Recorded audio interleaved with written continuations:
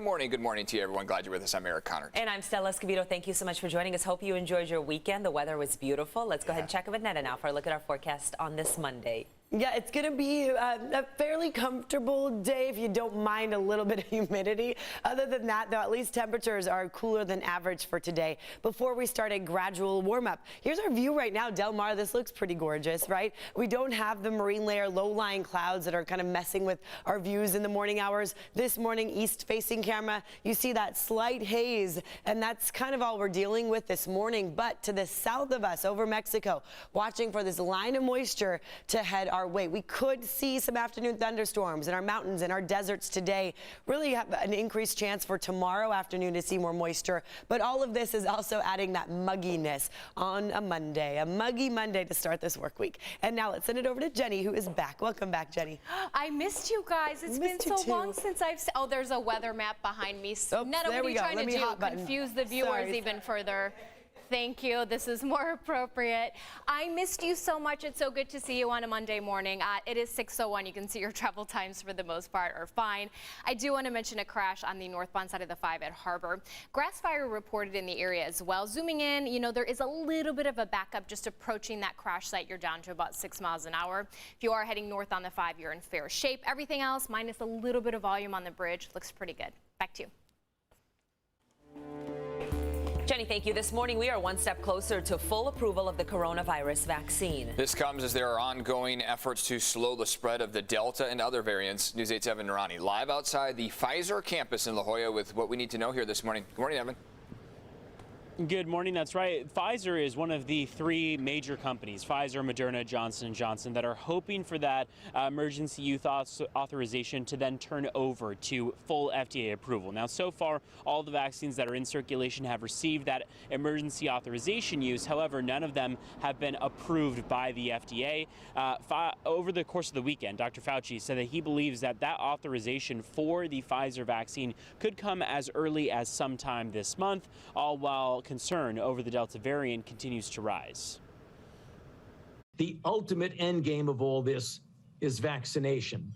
And that's why we continue to harp on that in a very, very proactive way. Now, once the FDA does provide that full authorization, possibly sometime this month, as Dr. Fauci hopes, many believe businesses will move forward with requiring their employees to get vaccinated. United Airlines informed its employees that they will need to be fully vaccinated by October 25th or 5 weeks after the FDA grants full approval to one of the vaccines, whichever date comes first. Many other companies have also called for similar guidelines, like Disney, Walmart, Microsoft, and Google. And this all comes as more and more kids contract the virus as they head back into the classroom. The latest report says 1 in 5 new positive cases is in children. At this point, only those 12 and older can get the coronavirus vaccine. Now, there are also some people who were simply hesitant to get the vaccine before the FDA granted that full approval. If that does come this month, that'll also incentivize more people. But Fauci believes that that combination of concern over the Delta variant, businesses that may be requiring their employees to get vaccinated, and of course that full authorization by the FDA could all incentivize more and more people to get the vaccine, all as we pass that 50% marker, now 50% of the United States vaccinated. I'll send things back to you, Stella and Eric, in the studio. Evan, thank you. And this morning, Canada reopening its border for non-essential travel to vaccinated Americans. It's been closed for nearly 17 months. In addition to being vaccinated, Americans visitors must also have proof of a negative COVID test within 72 hours of traveling. Still no word on when the U.S. will lift restrictions on non-essential travel from Canada and Mexico. Those restrictions expire August 21st, but could be extended again. And this morning, more financial help is on the way for local small businesses as well as nonprofits. Local leaders are planning to give more details about this new program. Meanwhile, an important deadline is fast approaching for San Diegans using unemployment benefits. News 8's Chris Groh is live with a closer look at all of these developments impacting our finances. A lot to unfold here. Also, a lot of money to help out people. Correct, Stella. A lot to unpack, but also in a good way. A lot of help coming for some of those small businesses, some of those nonprofits that have been struggling to make ends meet during this pandemic. In fact, we spoke with Mayor Todd Gloria a little bit about this grant program and the announcement last week. Take a listen to what he had to say. This will provide significant relief to local businesses. This is far more than what the city was able to do last year. This is because of the American Rescue Plan that President Biden helped to champion. And I look forward to being able to make sure that more of our small businesses and nonprofits can survive this latest surge in COVID and to hopefully stay in business on the back end of this pandemic. And so we're talking about $12 million expected to be dispersed to applicants that qualify. You can submit an application between these dates, August 11th and September 24th. There's even free application assistance available as well, trying to make sure that all small businesses that are eligible at least have a shot at this. Now, as for those that are accessing unemployment benefits, a couple of key developments that are brewing here that we want you to pay attention to. The FEDED program, or Federal State Extended Duration, that's a program meant for people that have exhausted their unemployment benefits. That was originally supposed to last for a max of 20 weeks, but it's recently been cut down to 13 weeks. So those about 41,000 people in California that have essentially gotten to 13 weeks or longer, they are going to see the end of that for them. And then the remaining 6,500 people, they're only going to be able to go up to that 13 weeks. But the bigger number here, 2 million people expected to see their unemployment benefits end starting on September 4th. So if you've been getting by unemployment alone, it might be time to start looking for work. And one of the things that we've been talking about throughout this pandemic is the fact that a lot of businesses that have been trying really hard to hire people have been sort of getting the runaround by some of these unemployed that are trying to look for work, but maybe only doing so to keep their benefits. Take a listen to what one small business owner had to tell us. Every single applicant that we received that showed some interest, they actually are no-shows. They don't show up to the interview. I noticed that they don't want to pick up the phone. They always want to do like emails or chat. So there's kind of like a timestamp saying that, hey, I'm setting up an interview. I'm actively seeking for employment.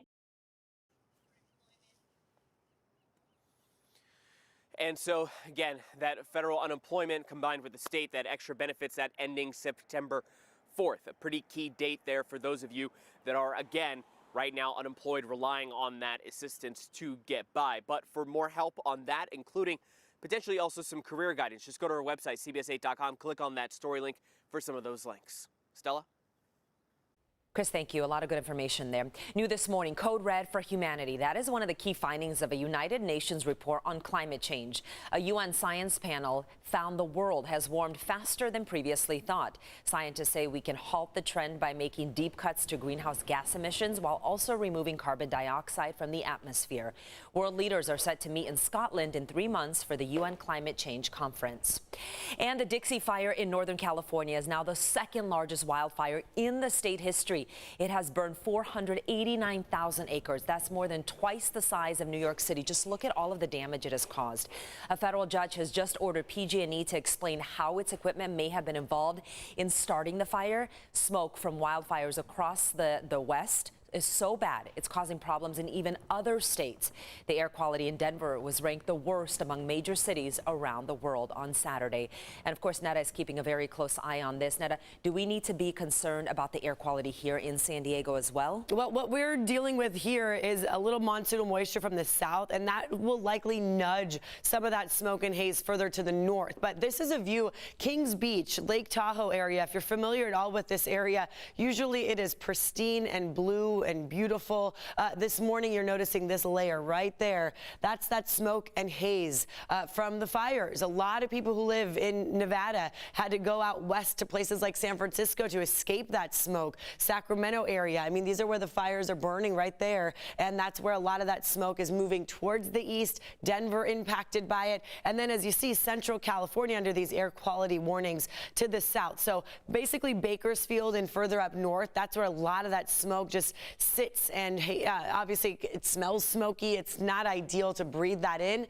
For us, what we're seeing is this monsoonal moisture from Mexico, and a lot of this is helping actually keep that smoke from trickling further south. So it's kind of battling up against some of that smoke and haze. We're going to get some added humidity, and yeah, our temperatures are going to feel cooler than average. Mainly, the numbers show they'll be cooler than average, but they may not feel that way because of the added mugginess. So we're going to watch that moisture here throughout the the day. Our east-facing camera, as you see right now, sun officially now up at 6:08 was our sunrise time. How pretty is that? Just to get that early morning glow. Our skies do look clearer than obviously the Tahoe areas I showed you. 59 right now in Poway, 64 in El Cajon. You're at 68 degrees for downtown San Diego. Dew points are up. Look at the 70s in Borrego Springs. That's all moisture that we don't typically see in the deserts. Usually the coastline, these numbers are higher than the deserts, but that's not the case today, all because of what's happening in Mexico and all of that getting swept to our area.